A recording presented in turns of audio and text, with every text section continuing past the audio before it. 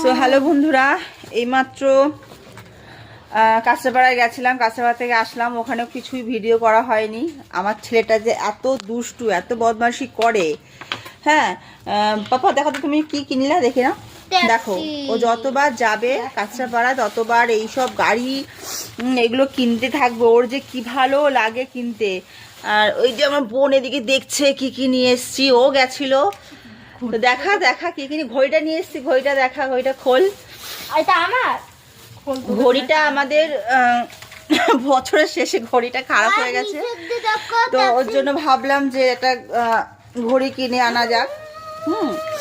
তো দেখো কেমন হয়েছে কমেন্ট করে অবশ্যই জানাবে। আর একটা জিনিস দেখাচ্ছি, দেখো এই যে বাবানের জন্য জুতো কিনে নিয়ে আসা হলো।